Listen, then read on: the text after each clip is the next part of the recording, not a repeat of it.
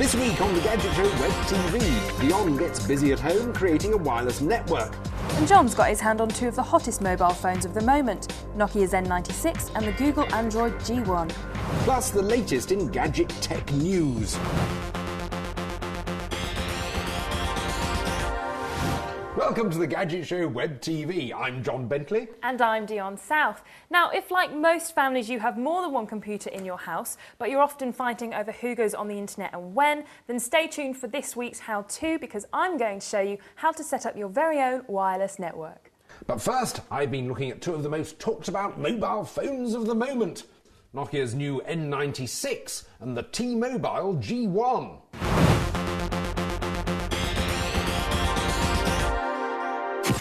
This is the new T-Mobile G1, one of the most eagerly anticipated new phones to hit the market since the launch of the original iPhone a couple of years ago. Now, the reason it's been so eagerly anticipated is that it's the first Google phone, the first phone to use Google's new Android mobile operating system.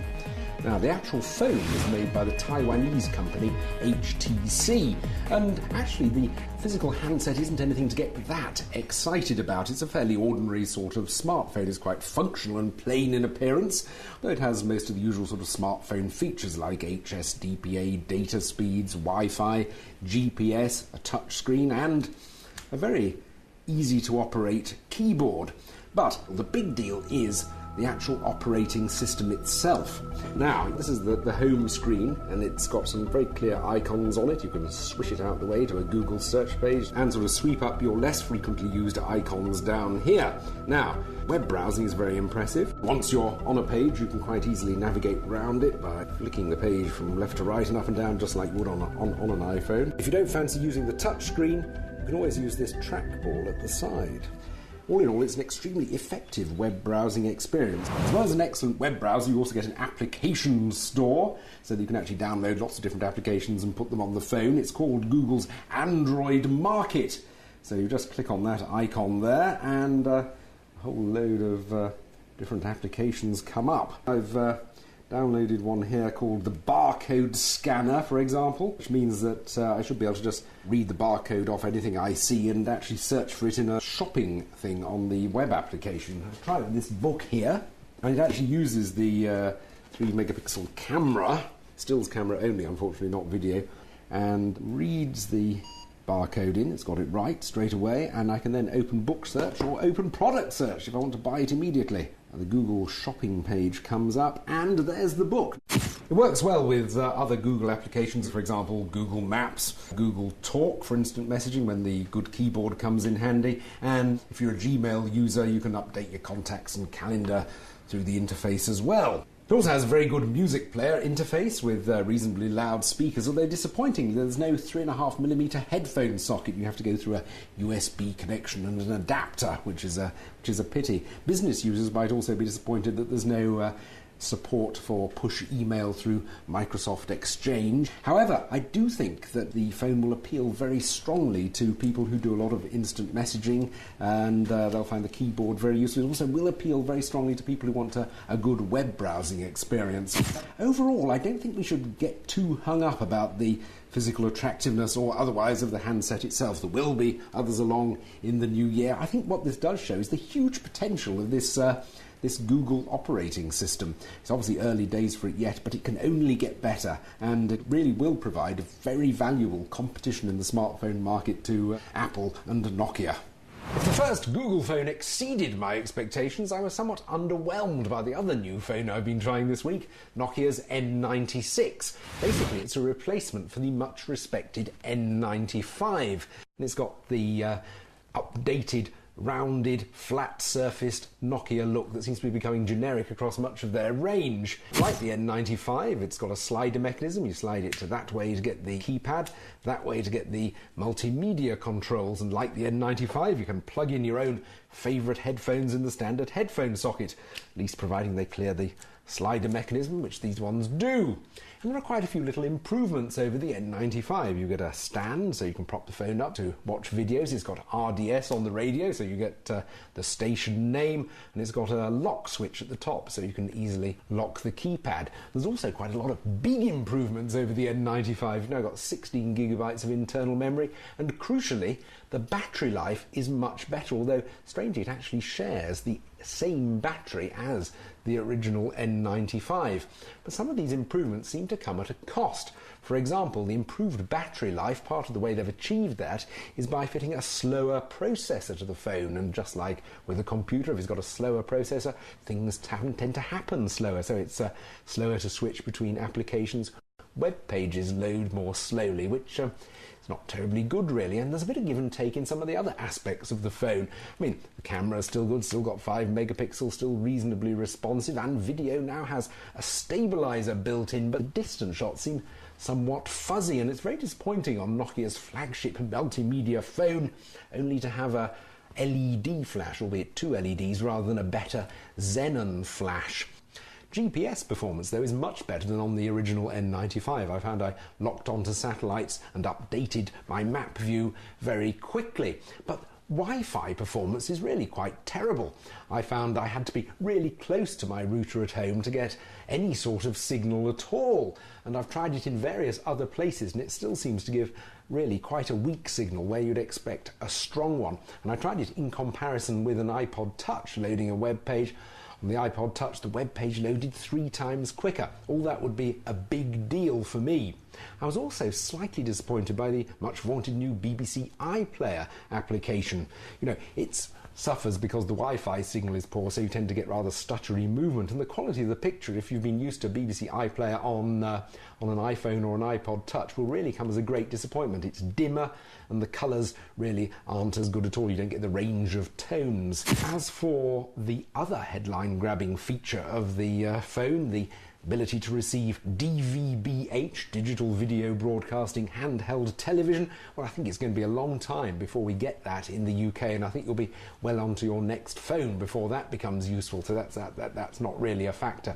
So overall, I'm actually quite disappointed with the N96. If Nokia are to retain their position as the world's leading handset manufacturer, they're going to have to do a bit better than this.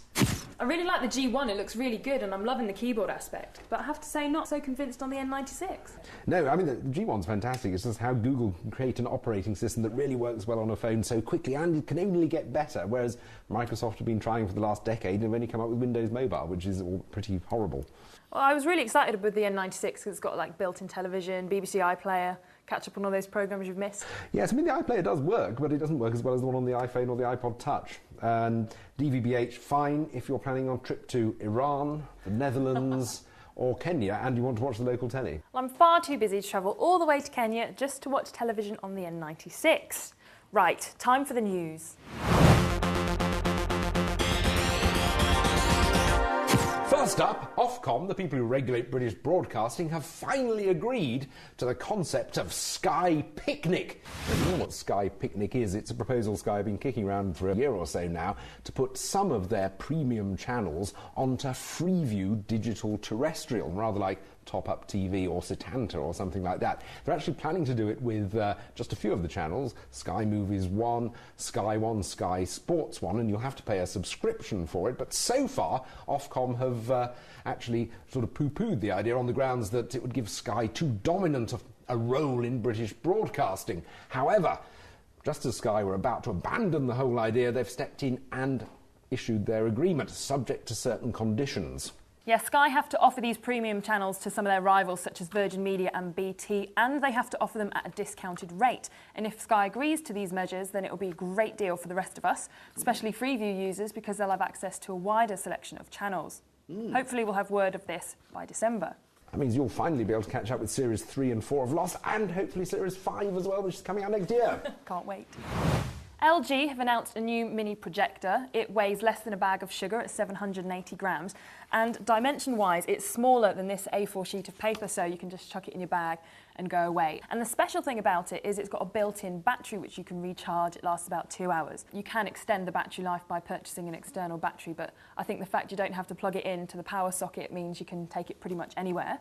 It uses something called flat light LED technology, which means it consumes less energy and therefore you don't need to change the bulb. It actually lasts for 30,000 hours, so lots of viewing. And it also has DivX compatible, so you'll be able to view all your downloaded movies. It's about $500 or so in Korea, where it's just on sale. So it's actually quite expensive, but it still could be useful for people who do a lot of conferences or who want to watch their own movies in the hotel room rather than somebody else's. And I suppose, though, in the future it might also face competition from the new generation of mobile phones with built-in projectors, which we hear quite a bit about. Keep your eyes out, hopefully we'll see it in 2009. And finally, and very excitingly, Nintendo have announced their DSi. It's the third generation of their fantastically successful DS handheld games console. It incorporates lots of extra improvements, which I think together add up to quite a bit.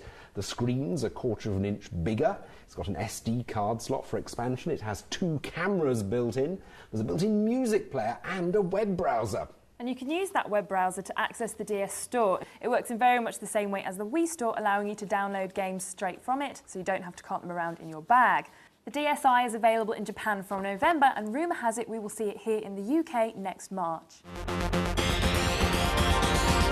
Right, now it's time for one of Dionne's how-tos, guides that help you get the most from your gadgets. Yes, and this week I'm showing you how to set up your very own wireless network. And it's not as hard as you might think.